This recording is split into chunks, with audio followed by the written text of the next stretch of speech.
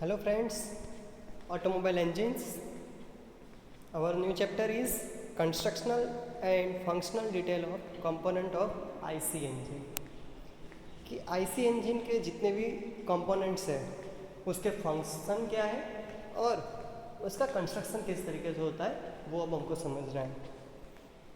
और उसका जो टॉपिक है सबसे पहला हमारा components of IC engine।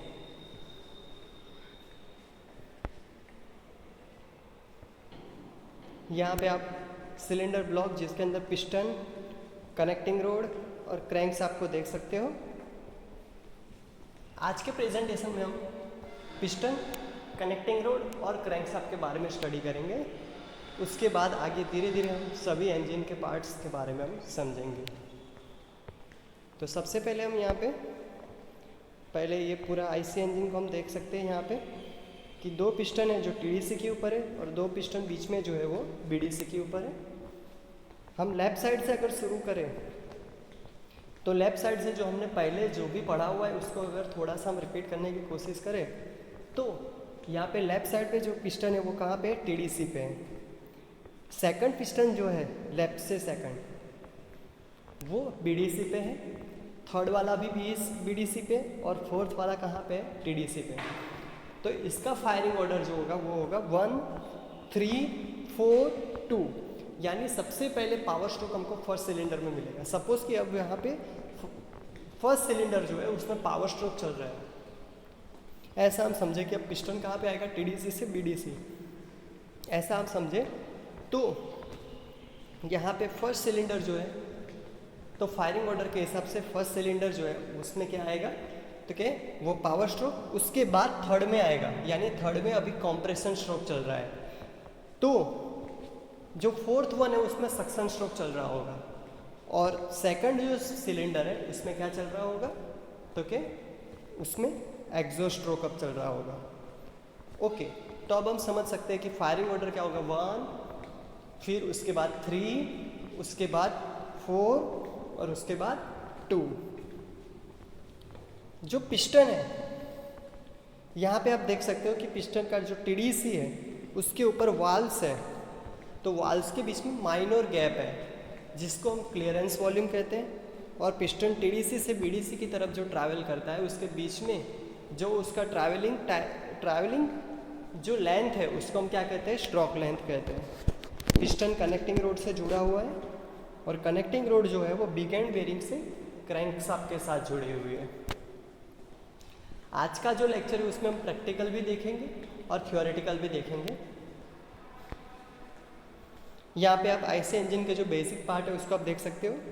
Piston है, फिर कनेक्टिंग रोड दिया हुआ है यहाँ पे। तो कनेक्टिंग रोड जो है उसके आप पोर्शन देखें तो आपको पता चलेगा ऊपर की तरफ आपको स्मॉल एंड दिखाया हुआ है, उसके बीच में व्रिस्ट पिन यानी जिसको आप गजन पिन भी कहते हो या तो पिस्टन पिन भी कहते हो कि जो पिस्टन और कनेक्टिंग रोड को जॉइन करता है। और नीचे की तरफ आप देखो तो connecting road big and, connecting road का जो बिग एंड है वहाँ पे आप देखो तो यहाँ पे आपको दिख रहा है कि बिग एंड की बेरिंग अंदर दी हुई है कि जो क्रैंक पिन के अंदर इजीली मूवमेंट कर सके।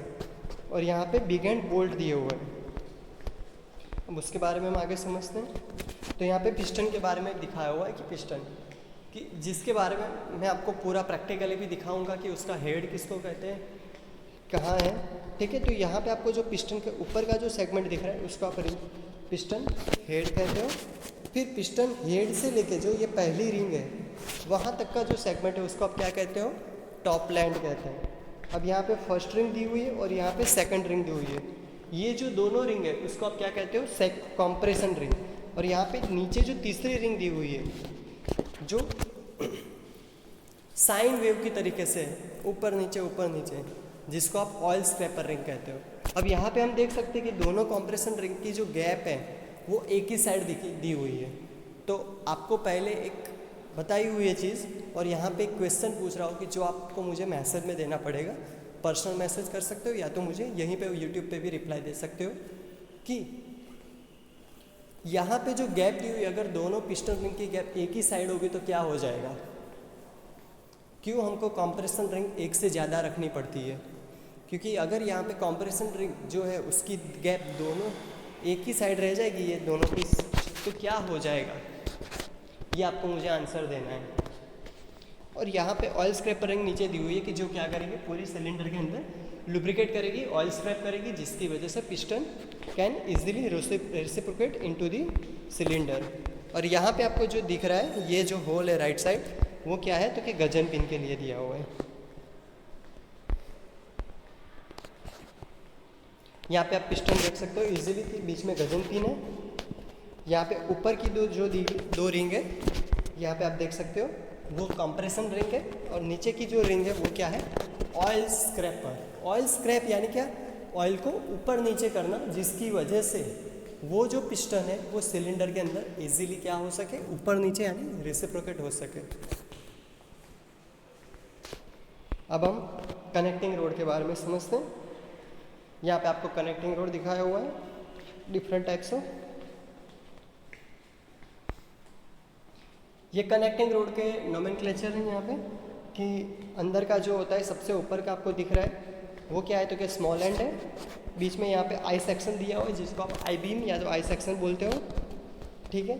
और ये जो है ये बिग एंड बेरिंग है। यहाँ पे नीचे के जो सेगमेंट है आप देख सकते हो, यहाँ पे कनेक्टिंग रोड का जो पोर्शन है वो 2 सेगमेंट पे है, दिख रहा है ना। हाँ, तो नीचे का जो है इस साइड लेफ्ट साइड का, उसको आप क्रैंक पिन एंड बोलते हैं हम इसको, कनेक्टिंग रोड का क्रैंक पिन का एंड।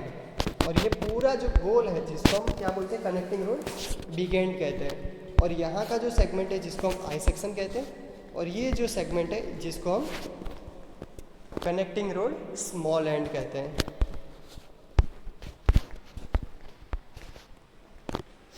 अब यहाँ पे आप देख सकते हो कि रोड नट दिए हुए है। रोड नट यानी कि जो कनेक्टिंग रोड है जिसको लॉक करने के लिए क्रैंक पिन पे जब हम लगा देंगे तो वो प्रैक्टिकल भी मैं आपको दिखाऊंगा किस तरीके से लॉक करते हैं।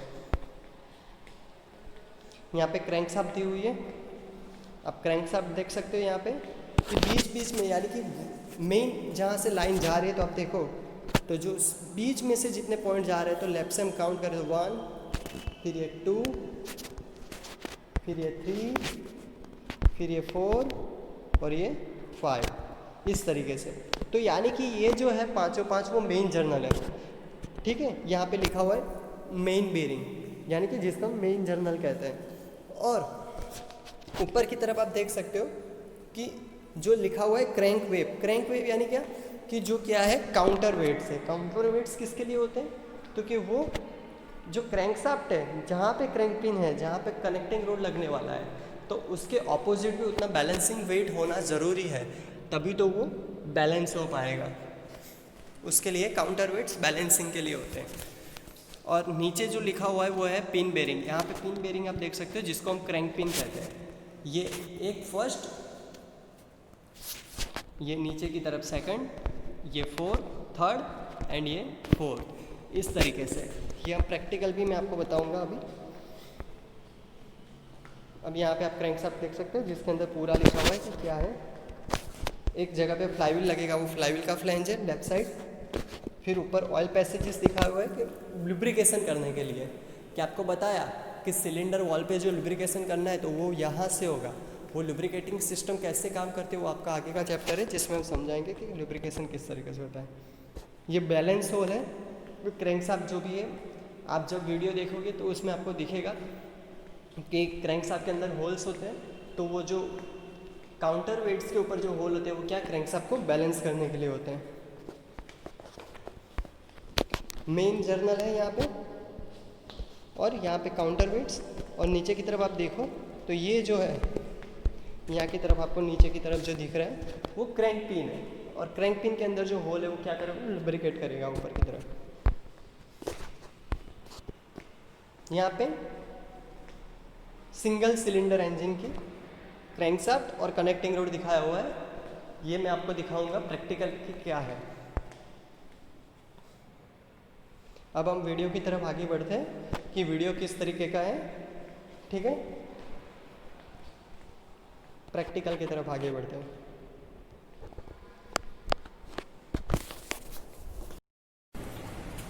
हेलो फ्रेंड्स, આજે આપણે એન્જિન નોમેનક્લેચર અને એન્જિનના દરેક પાર્ટ્સ વિશે આપણે સમજીશું. સૌથી પહેલાં આપણું જે મેઇન પાર્ટ જે છે એન્જિનનો, કે જે સૌથી વધારે જે એન્જિનની અંદર વર્કિંગ હોય છે તે છે આપણો પિસ્ટન.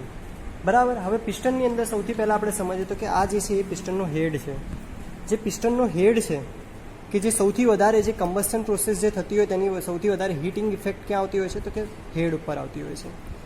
આ જે સ્લોટ દેખાઈ રહ્યા છે તમને 1, 2 અને 3, આ 3 સ્લોટ જે છે એ શેની માટે છે તો કે રિંગ માટે છે. એમાં તમે અહીંયા ઉપર જોઈ શકો છો આ એક સ્લોટ છે જેમાંની આ એક રિંગ બતાવવામાં તમને આવી રહી છે. આ છે કોમ્પ્રેશન રિંગ. તેવી જ રીતે અહીંયા એક બીજી રિંગ લગાડેલી છે, એ પણ કોમ્પ્રેશન રિંગ છે. એટલે કે આ પિસ્ટન જે છે તેમાં 2 કોમ્પ્રેશન રિંગ લાગેલી છે, જ્યારે નીચેની તરફ જે એક રિંગ લાગેલી છે તે છે ઓઇલ સ્ક્રેપર રિંગ. હવે કોમ્પ્રેશન રિંગનું કાર્ય શું છે ને ઓઇલ સ્ક્રેપર રિંગનું કાર્ય શું છે તો કે કોમ્પ્રેશન રિંગ જે છે એ કોમ્પ્રેશન લીક નથી થવા દેતું. જે સિલિન્ડરની અંદર કમ્બસ્ટન ચેમ્બરમાં જે પણ એર ફ્યુલનું મિક્સચર જે દહન થઈ રહ્યું છે તે જે દહન છે તે નીચે ક્રેન્કકેસમાં દહનશીલ જે વાયુઓ છે તે નીચે ક્રેન્કકેસમાં ન આવે તેને રોકવાનું કાર્ય કોનું છે તો કે કમ્પ્રેશન રિંગનું છે. જ્યારે અહીંયા નીચે જે રિંગ છે તે છે oil scraper ring. Oil scraper ring શું કરે છે તો કે જે સિલિન્ડર છે તેની અંદર જે પિસ્ટન છે જે રેસિપ્રોકેટ થઈ રહ્યો છે એ રેસિપ્રોકેટ જ્યારે થાય છે ત્યારે અંદર લુબ્રિકેશન કરવાનું કાર્ય કોનું છે તો કે ઓઇલ સ્ક્રેપર રિંગનું છે. હવે અહીંયા પ્રશ્ન એ થાય કે કોમ્પ્રેશન રિંગ 2 કેમ અને ઓઇલ સ્ક્રેપર રિંગ એક જ કેમ? તો કે ઓઇલ સ્ક્રેપર રિંગનું કાર્ય તો ફક્ત લુબ્રિકેશન કરવાનું છે, પરંતુ કોમ્પ્રેશન રિંગ જે છે તેમાં અહીંયા તમે જોઈ શકો છો કે નાનકડો એક સ્લોટ છે, ખાંચો છે, જેના કારણે ધારો કે અહીંયા આપણે આ કોમ્પ્રેશન રિંગને આવી રીતે લગાડી દઈશું તો આ ખાંચો ને આ ખાંચો જે તમે અહીંયા જોઈ શકો છો કે આ જે કોમ્પ્રેશન રિંગ છે તેનો ખાંચો ને બીજો કોમ્પ્રેશન રિંગનો ખાંચો બંને સેમ થશે તો અહીંયાથી કોમ્પ્રેશન લીક થશે. તો પછી કોમ્પ્રેશન લીક થશે તો પછી આ કોમ્પ્રેશન રિંગ લગાવવાનો કોઈ ફાયદો જ નથી. જેના કારણે આ કોમ્પ્રેશન રિંગ અને બીજી કોમ્પ્રેશન રિંગ બંને એકબીજાને કેવી લગાવવામાં આવે છે?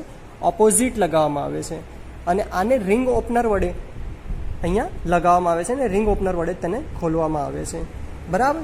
હવે આની અંદર આ જે સ્લોટ છે આ ગજન પિન, જેને આપણે પિસ્ટન પિન સ્લોટ કહીએ છીએ, કે અહીંયાથી ગજન પિન જે લાગતી હોય છે અને આ જે ગજન પિન અહીંયાથી લાગે ત્યાર પછી અહીંયાથી તેનો કનેક્ટિંગ રોડનો સ્મોલ એન્ડ અહીંયા કનેક્ટ થતો હોય છે. તમે અહીંયા જોઈ શકો છો આ ગજન પિન છે. બરાબર. હવે આ જે ભાગ છે ત્યાંથી નીચેનો ભાગ જે અહીંયા તમને લાઈન કરીને બતાવી રહ્યો છું તે જે ભાગ છે તેને પિસ્ટન સ્કર્ટ કહેવામાં આવે છે. તેને પિસ્ટન સ્કર્ટ કહેવામાં આવે છે. પિસ્ટનનો જે સૌથી ઉપરની જે રિંગ છે ત્યાંથી પિસ્ટનનો હેડ તેની વચ્ચેનો જે ભાગ છે તે અહીંયા જે તમને લાઈન કરીને દેખાઈ રહ્યું છે તેને ટોપ લેન્ડ કહેવામાં આવે છે. તેને ટોપ લેન્ડ કહેવામાં આવે છે.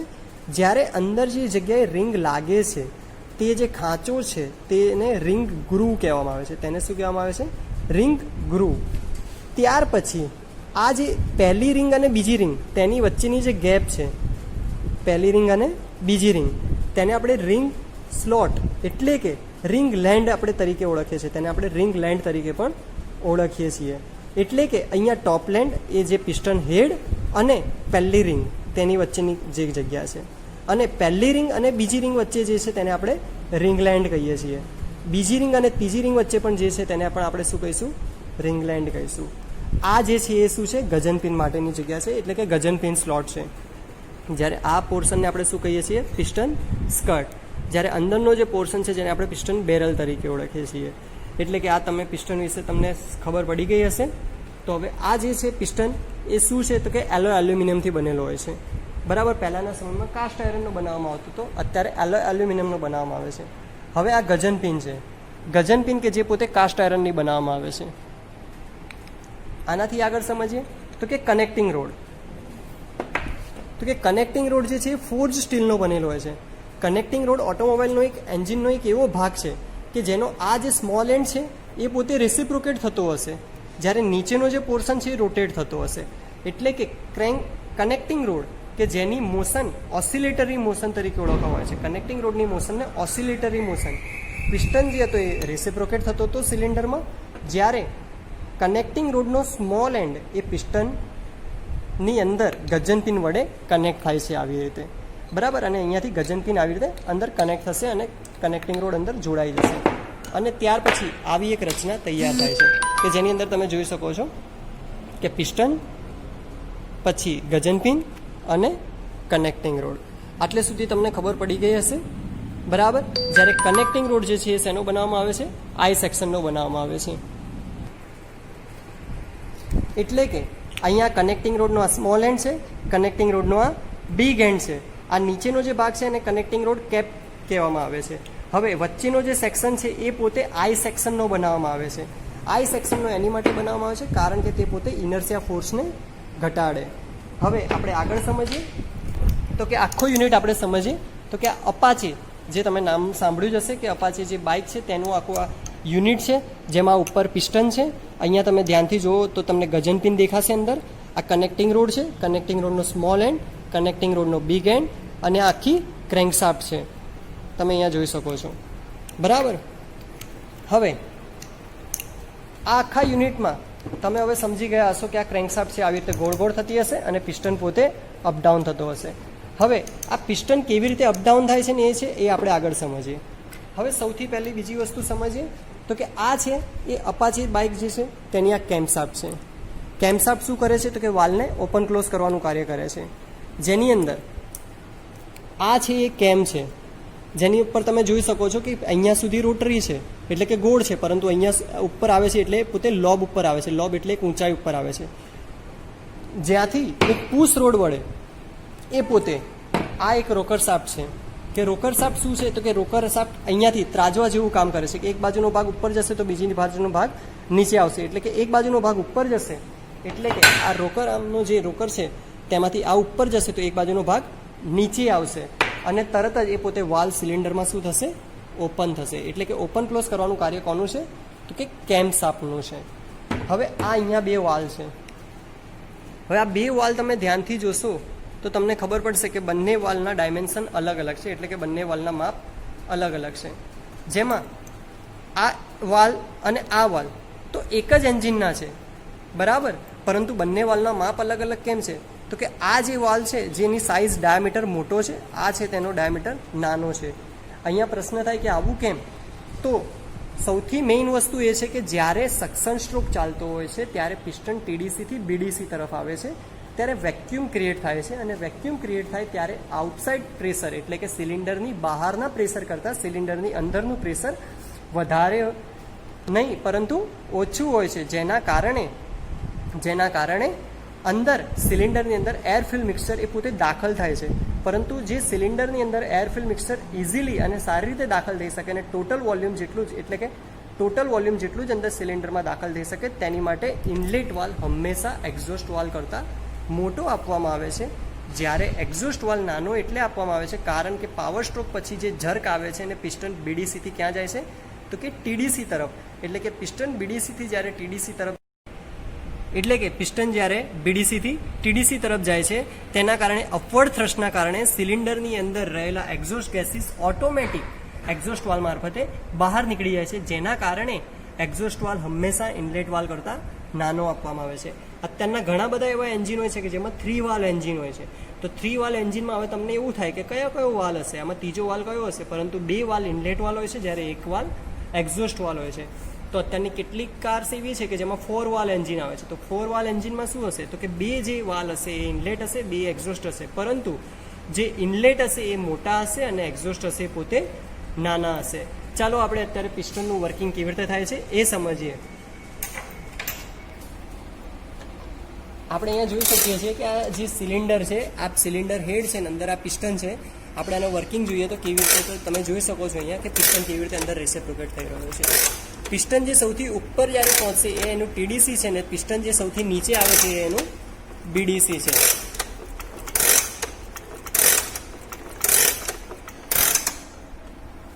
Okay, thank you.